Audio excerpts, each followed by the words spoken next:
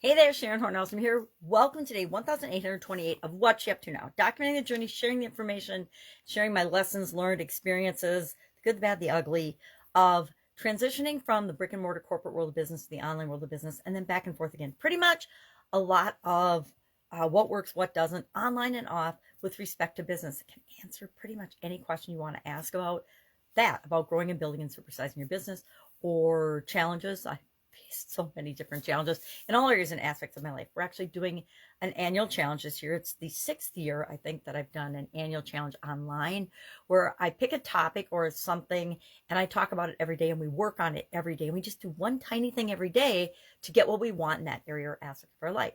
And this year we're doing the Get Your Goals annual challenge, meaning we are doing one thing every day to get what we want. And we're using goals as the overriding topic to make that happen. So for the last 15 days or so, we've talked about different goal frameworks. And today our challenge is to create our own goal framework, right? We can learn from other people, but we have to remember that the most important thing is that we make something our own and we do it ourselves. We create our own thing that works specifically and directly for us.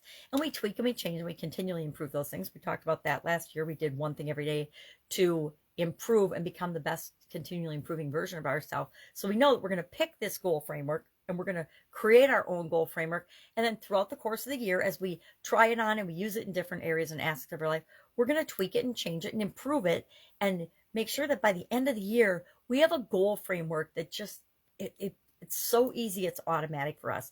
And that it actually speaks to our soul and makes our heart sing and gives us energy and helps to drive us. The process, the framework itself helps to get us excited and motivated to set and achieve and have the things that we want in our life. Because so often we get this weird idea that we don't deserve the things that we want. And it's not a weird idea. I mean, all of us get, life beats us up and then we wonder why we think we don't deserve things. So there'll be a lot of that going on in the challenges here, as well as we're gonna nail the SOAP framework again, because I think one of the biggest challenges we have in our lives is that things change all the time, and we have to be able to actually embrace and automate our ability to handle changes and challenges and obstacles and roadblocks and setbacks and disappointments and negative events and things that happen to us. We have to be able to handle those automatically in a way that is best for us, which again, the framework, we tweak that framework and make it work for us. What it means to you is different than what it means to me, but all of us can use that particular framework called the SOAP framework to move our life ahead and continually move our life ahead, because we install it in our subconscious and then we actually make sure that everything that comes our way runs through that on a subconscious level, and it comes up to our conscious level if we need to give it more of our attention. So talked about that today and my strategy for going back and looking at those frameworks that we discussed and we tried on for size to determine what pieces of that I would like to incorporate into my current goal framework. I already have a goal framework. The vast majority of the people on the planet probably do not. So that's why this is such an important topic, and we're like beating the dead horse and going over and over and over it and looking at all kinds of different ways of doing it, because this is how we need to move forward dealing with anything in our life, right? When we're faced with a challenge or something different or a desire, how are we going to make that happen? That's what this challenge is all about. So that was today's topic, is your goal framework. And tomorrow we're going to actually try our goal framework out. We're going to map it out today. And then tomorrow we are going to run one of our goals or pick a goal and use our framework for something.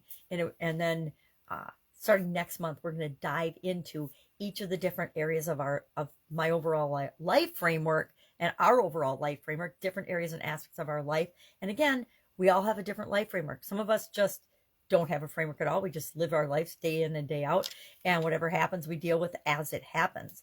I say that's no life framework. I like to have a life framework. I've had one since my early 20s. And learned about goal setting from my dad as a little girl. So just goals have always been a part of my existence and my life. So it's hard for me to understand that some people don't have goals. They just live day to day, like living paycheck to paycheck. I don't understand that either. All right.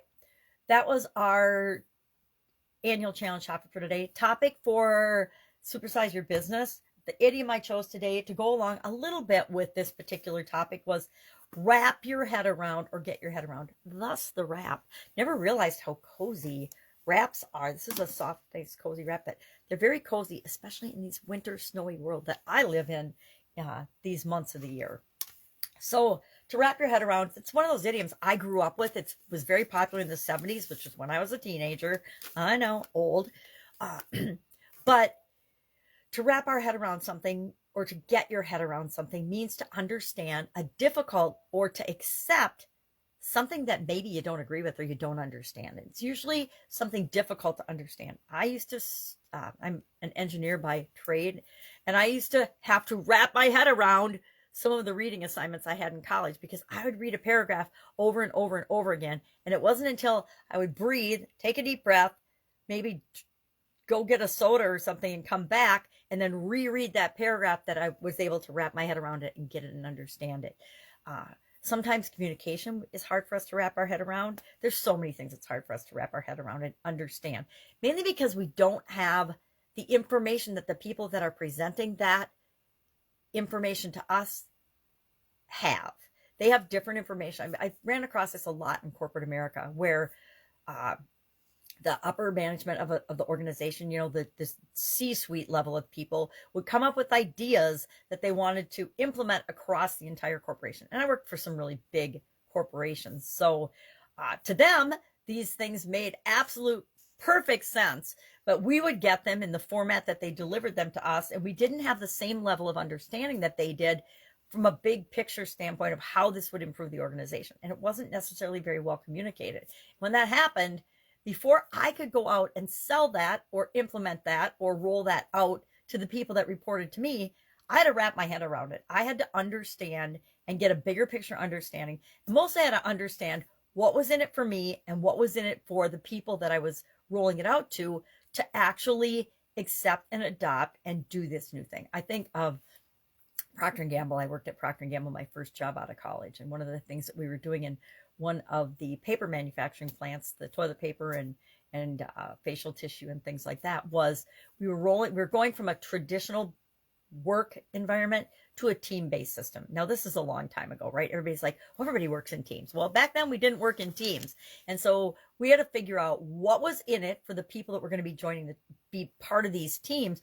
What were the benefits to them in order to adopt a totally new work structure, work life environment and things. And we understood what was in it for the company. There were some practices and some beliefs and some behaviors and some performance things that had become habits in the workforce that were really bad and really expensive. They had one called the half hour on, half hour off, and it wasn't an official thing, but the work groups, not yet teams, were comprised of enough people that they could do that. They only needed, say, 5 people on the floor to run a line, and then they had 10 people working that shift. 5 would be in the break room for half an hour, 5 would be on the floor, and then they would swap every half hour. And so that was one of the things that the upper management was trying to prevent. They wanted to improve productivity, get people actually working more of their paid day than just half of it.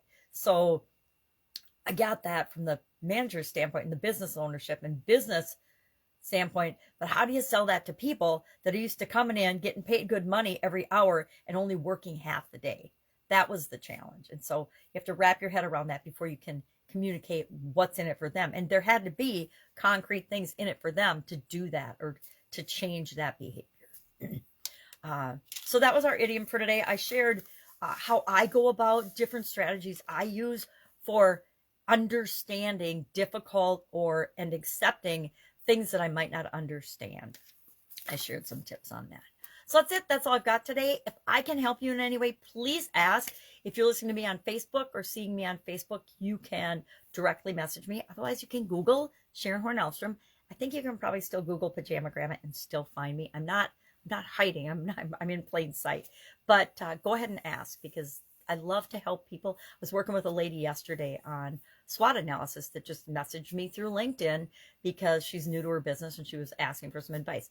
Do I have time and energy and bandwidth to do that for everybody? Of course not. But most people will never ask. All right. Have an awesome day, and I'll be with you tomorrow.